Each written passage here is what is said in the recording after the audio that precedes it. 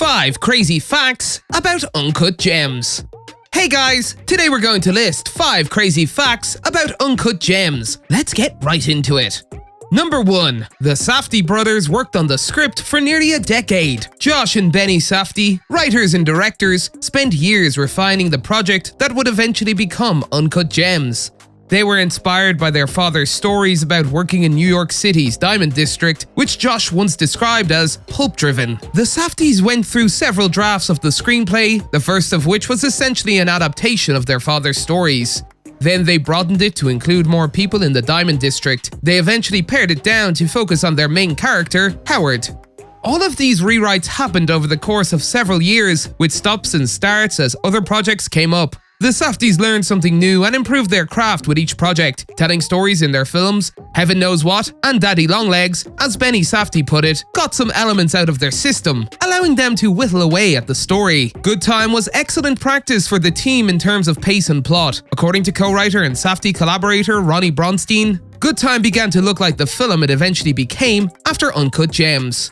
Number 2. To shoot in the Diamond District, the production had to gain the trust of the locals. The Safdies' efforts to establish themselves in the Diamond District were an important part of the preparation work for Uncut Gems. Because of the area's high-profile clients and handshake deals, the Safdies knew they'd have to win over the people whose territory they'd be filming in. Josh Safdie told Entertainment Weekly, "In the beginning, I couldn't even pull out a phone to take a picture without someone coming out and grabbing my phone." He then added, "It really all became about gaining the trust of the people who work there and knowing that we were not going to expose anyone."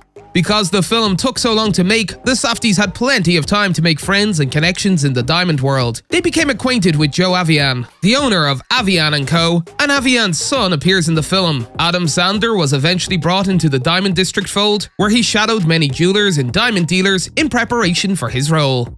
Number 3. The Safdies felt it was critical to use a real-world basketball team and games. While rewriting the Uncut Gems script for each basketball player who could potentially star in the film was an incredible challenge, the Safdie brothers never considered simply creating a fictional situation.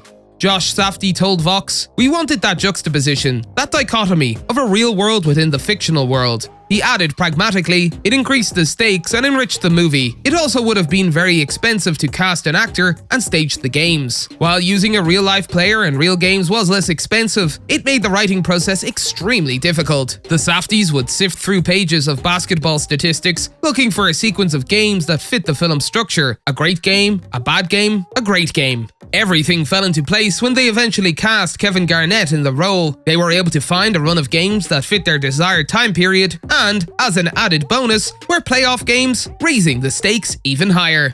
Number 4. Adam Sandler worked hard to prepare for his role. According to Josh Safdie, when Adam Sandler's wife Jackie saw Uncut Gems for the first time, she told Sandler, "It wasn't you, it was a totally different person on the screen."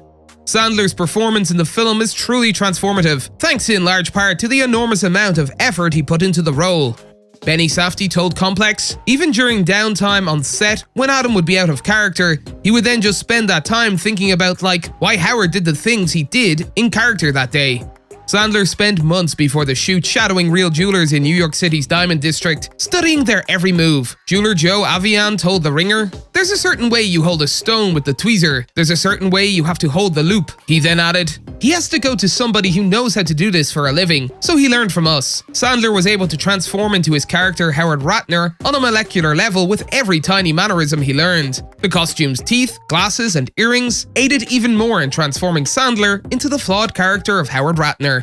Number 5. The costume designer looked everywhere for the perfect 2012 looks. The film's 2012 setting presented a unique challenge to Uncut Gems costume designer Miyako Belize, as the time period was neither far enough back to use vintage clothing, nor far enough forward to use contemporary clothing. Belize told Complex, "My favorite part of what I do is the research component. That year is going back to before Instagram. That was the height of Blogspot. I had to go deep into people's blog party photos." Belize scoured thrift stores for items that fit the proto-streetwear fashion of the time and encouraged many of the streetcast extras to bring their own clothing. The main character, Howard Ratner, added another layer of complexity to the costuming because he needed to be distinctly out of style while also gaudy. Mordecai Rubenstein, a consultant for Belize, interviewed jewelers in the Diamond District and even persuaded diamond dealers to show them their closets.